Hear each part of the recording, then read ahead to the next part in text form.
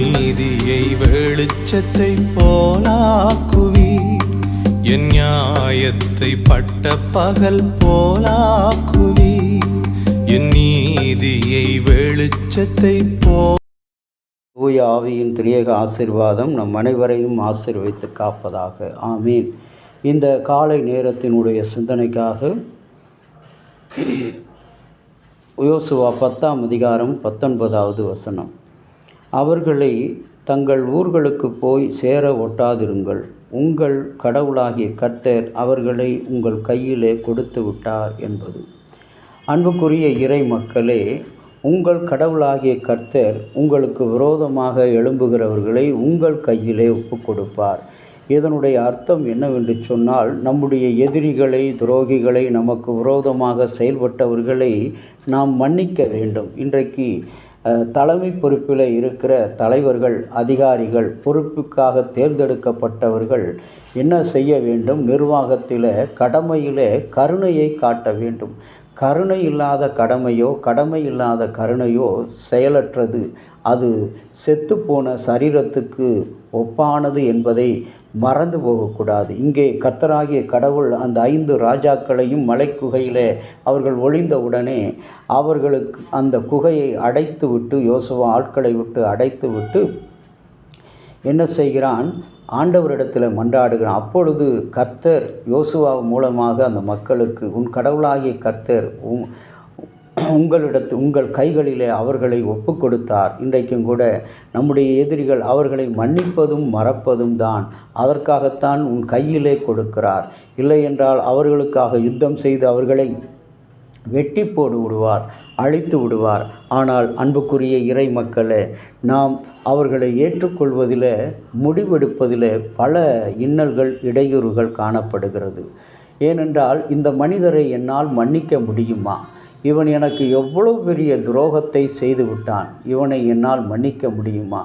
நான் ஒரு பெரிய மனிதரை நட்பாக கொண்டிருந்தேன். அந்த மனிதரிடத்தில் ஏற்பட்ட என்னுடைய மனக்கசப்பு, அதன் நிமித்தமாக நான் தொடர்ந்து வேதனைப்பட்டு கொண்டு இல்லை, அவரை மன்னித்து மறந்து அவரை ஏற்றுக்கொண்டு அவரோடு இருந்தேன். மதுரை அமெரிக்கன் கல்லூரியிலே படித்து கொண்டிருந்த நாட்களில் மதுரை மாவட்ட முன்னாள் ஆட்சியர் திரு சகாயம் அவர்கள் தன்னுடைய ஒவ்வொரு திங்கட்கிழமை மறுநாள் கிரீவன்ஸ் டே முடிந்த பிற்பாடு செய்தித்தாளில் சகாயம் உடனுக்குடன் அதிரடி செயல்பாடுகளை பற்றிய குறிப்பே அதிகமாக காணப்படும். தன் மகன் தன்னை கவனிக்கவில்லை என்று ஒரு மூதாட்டி ஒரு மனுவை கொடுத்திருந்தார். இதை பார்த்தவுடனே ஓய்வூதியம் கிடைக்கச் செய்தார். உடனுக்குடன் எல்லாம் முடிந்தது. இதுபோல நடந்தன.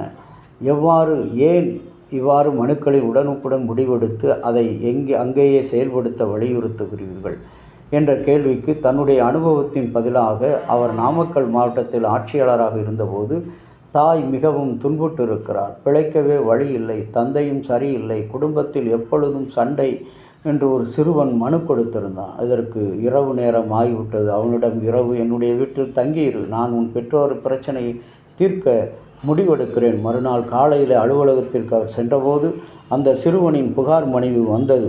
அந்த சிறுவன் தாயை சந்திக்க முயன்றபோது தான் தெரிய வந்தது, அவர் முந்திய இரவு தற்கொலை செய்து கொண்டார் என்று. ஒரு நாள் இரவு தாமதம் என்று சிறுவனை தாயில்லாத பிள்ளையாக மாற்றிவிட்டது. இன்றைக்கும் கூட அன்புக்குரிய இறை மக்களே, மன்னிப்பதற்கு நமக்கு அந்த ஒரு நாள் கடவுள் நம்மிடத்தில் பேசும் பொழுது, அது யாராக இருந்தாலும், நம்மோடு எதிரியாக சண்டை போடுவதற்கு வந்தாலும், வாக்குவாதம் பண்ணுவதற்கு வந்தாலும், அவர்களிடத்தில் நாம் முறையாக அவர்களை மன்னித்து ஏற்றுக்கொள்ள வேண்டும். இன்றைக்கு கர்த்தர் உங்கள் கையிலே கொடுத்தார் என்று அந்த 5 ராஜாக்களையும் இஸ்ரவேல் மக்களுடைய கரங்களில் கொடுத்தார் என்று சொல்லுவோம். எதற்காக? அவர்களை மன்னித்து மாற்றி அவர்களை ஊக்குவித்து தம்மோடு இணைப்பதற்காக.